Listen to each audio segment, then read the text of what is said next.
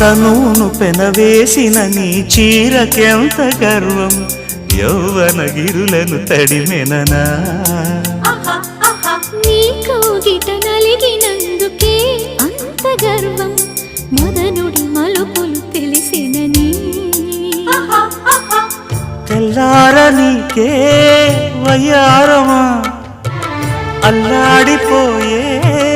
ఇరేయిని సవాలు చేసే శృంగారమా సంధించమాకే